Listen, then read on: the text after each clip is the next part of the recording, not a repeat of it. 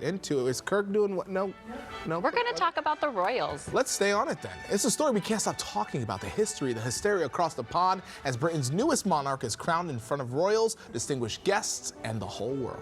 King Charles III, enthroned in a coronation tradition that dates back 1,000 years. KTLA's Aaron Myers is live in studio with more on all of the highlights from today's festivities that happened very, very early in the morning our time, Aaron. Good morning. Yes, it was very early. I got up early to start watching it, but King Charles III and Queen Camilla were formally crowned at Westminster Abbey earlier today in a ceremony that was steeped in tradition, though slightly tweaked for modern times. After the coronation, the King and Queen made their way to Buckingham Palace, where they were greeted by a large crowd.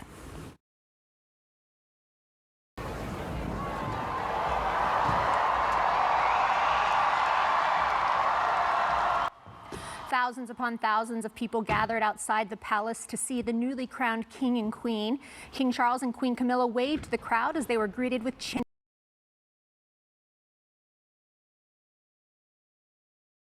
king on the palace. Team could be seen over. God save the king! God save As for the coronation ceremony, King Charles was anointed and presented with an orb, sword, and scepters, and then crowned by the Archbishop of Canterbury. This was the first time a preface was added to the coronation oath to say the Church of England will seek to foster an environment where people of all faiths and beliefs may live freely. Leaders from other faiths also played a part in the coronation for the first time, as did female clergy. The ceremony took place in Westminster Abbey in front of more than 2,000 guests, including world leaders, celebrities, aristocrats, and more. Among those guests were French President Emmanuel Macron, Canadian Prime Minister Justin Trudeau, and First Lady Jill Biden, who said there was such beauty in the pageantry of the ceremony and that it was amazing to see. Prince Harry was also seen in the Abbey, though he did not join the family on the palace balcony after the ceremony.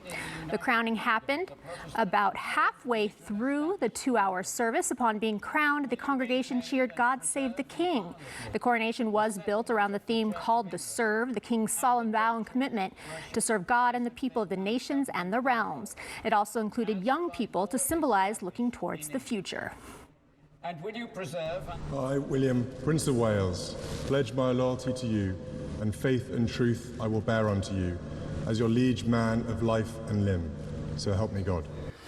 After being crowned, Prince William knelt before his father and pledged his loyalty. Traditionally, royals and lords will pay homage to the king, but this time that was replaced by the people's homage, where those watching from home were invited to say, "God save King Charles."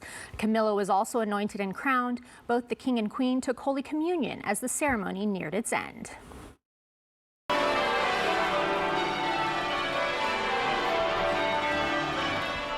Prince George, the king's grandson, was one of the honor pages that held up the train of the king's robe as he left Westminster Abbey.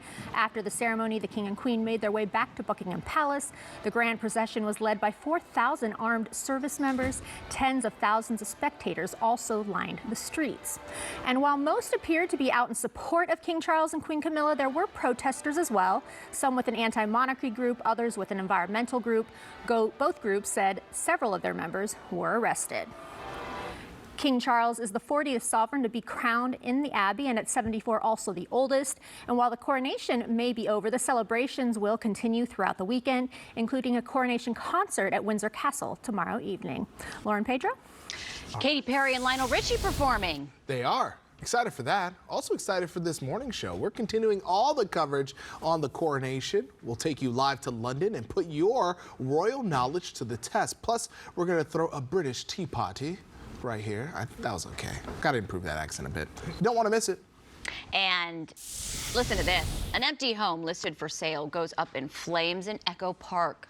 You see it there. This happening around 10 o'clock last night on West Court Street. Sky 5 overhead as firefighters battled the fully engulfed home, dark smoke billowing out into the sky. Firefighters did get it contained, saving nearby homes and buildings. The estimated cost of damages is unknown. And the cause of that fire, it's under investigation today. A Long Beach man shoots and kills his own brother after driving to Utah before he's then in a shootout with police. We do want to warn you, the video may be disturbing to some.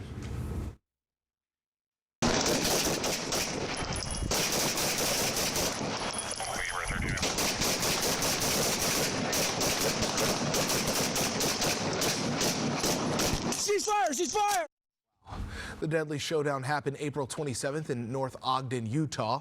Police responded to the Scotts Roberts home after Roberts' estranged brother Jeffrey showed up on his porch, made small talk, then opened fire. Hey, what's up? What are you doing? Came by to see Mom. She's not here? Where's she at? In Missouri?